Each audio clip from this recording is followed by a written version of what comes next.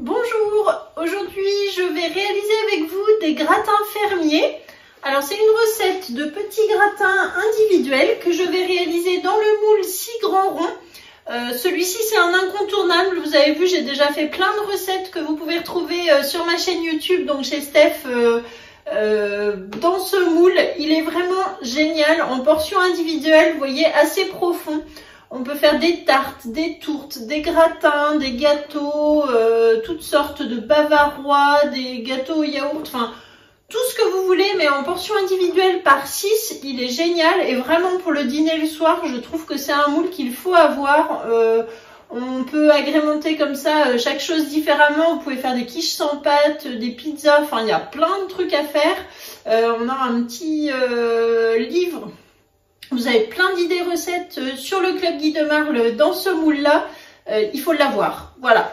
Donc je vous montre la recette. C'est assez simple, mais vraiment excellent et à décliner après avec tout ce que vous voulez. Le moule 6 grands ronds est posé sur la plaque en aluminium. Je l'ai rincé, donc passé sous l'eau pour qu'il soit bien propre. Ensuite, nous allons avoir besoin de la spatule double embout, l'éplucheur, le couteau à pâtisserie, la petite balance pour les peser, un cul de poule, un fouet, un support de cul de poule.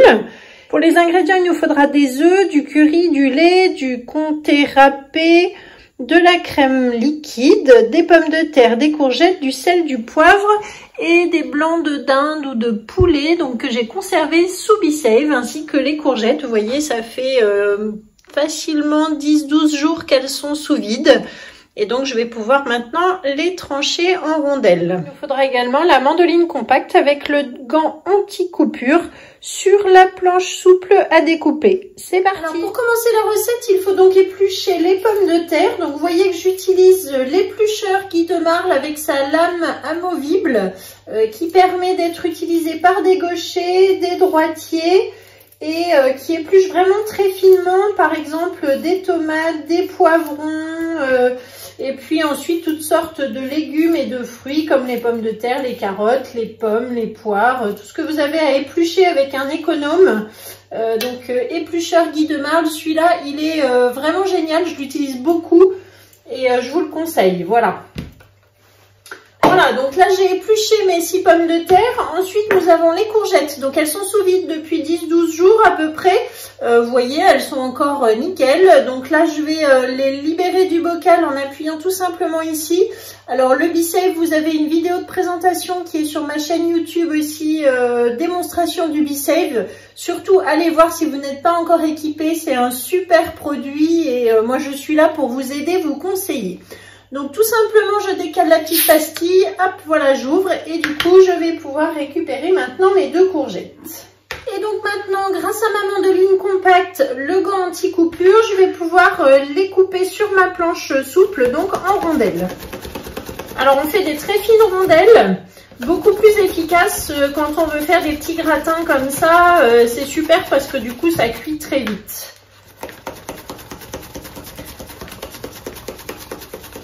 Alors vous voyez qu'avec cette mandoline compacte, on ne fait que des rondelles à la même dimension, hein, qui font 2 mm. Hop, quand j'arrive au bout, j'utilise le petit embout. Et du coup, ça permet de faire tout ce qui est, bah oui, légumes, pommes de terre, carottes, concombres, courgettes. Et puis aussi des fruits, vous pouvez faire des pommes pour faire un invisible aux pommes. Je prépare aussi des oignons que je mets sous B-Save toujours et qui sont toujours prêts en petites rondelles. Voilà, donc là, hop, les courgettes. Je vais faire la même chose avec les pommes de terre. Et vous voyez que je ne prends aucun risque avec mon gant. Je ne peux pas me couper. Alors, on a le petit poussoir à la fin. Donc je détaille comme ça tous mes légumes en fines rondelles. Ensuite, nous allons donc préparer l'appareil dans le cul de poule avec 3 œufs entiers.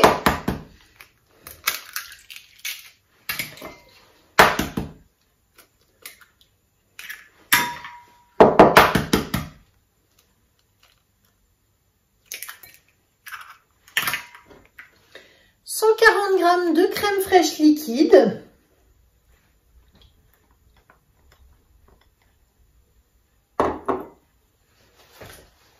140 g de lait,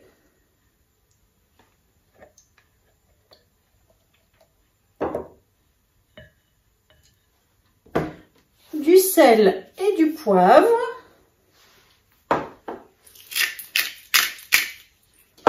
et 2 cuillères à café de curry. Donc le mien est assez fort, donc je vais en mettre voilà une cuillère et demie, ça suffira. Et je vais mélanger donc au fouet.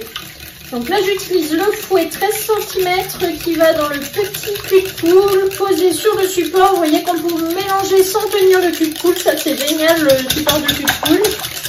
Voilà, on mélange bien, ça sent très très bon le curry dans ma cuisine.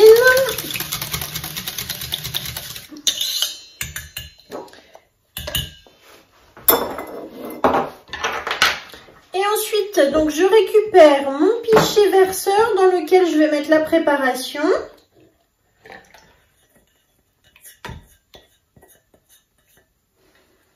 Ensuite, donc je prépare mon moule. Nous avons donc maintenant tous les ingrédients. J'avais donc des blancs de poulet qui sont sous vide, sous bicève. Donc comme tout à l'heure, je décale la petite pastille au-dessus ici. Hop, voilà, ce qui me permet ensuite, vous voyez, d'avoir quelque chose qui reste très frais, facile à manger. Et donc, je vais les découper en petits morceaux pour pouvoir les mettre ensuite dans ma préparation. Alors, je vous le disais au début de la recette, ensuite vous agrémentez avec ce que vous aimez. Ça peut être aussi des dés de jambon, des lardons, des morceaux de poulet cuit, du thon. Vous mettez vraiment ce que vous aimez. Et si vous voulez les garder végétariens, vous pouvez aussi. Ce sera l'avantage du moule 6 ronds individuel, c'est que du coup vous pouvez les faire chacun au goût de la personne qui va les manger. Voilà, donc mes petits morceaux de poulet qui sont découpés. Voilà, et donc maintenant on va pouvoir commencer le montage. Donc je vous explique, on commence par de la courgette que l'on met au fond du moule.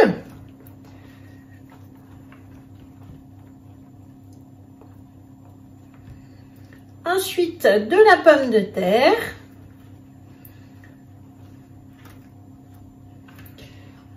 On ajoute du poulet. Je recommence avec des rondelles de pommes de terre. Et je termine par les rondelles de courgettes.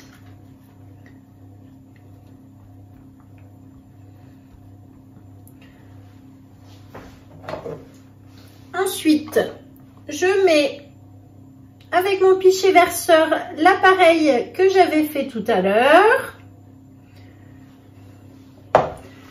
Et je termine par du comté râpé par-dessus.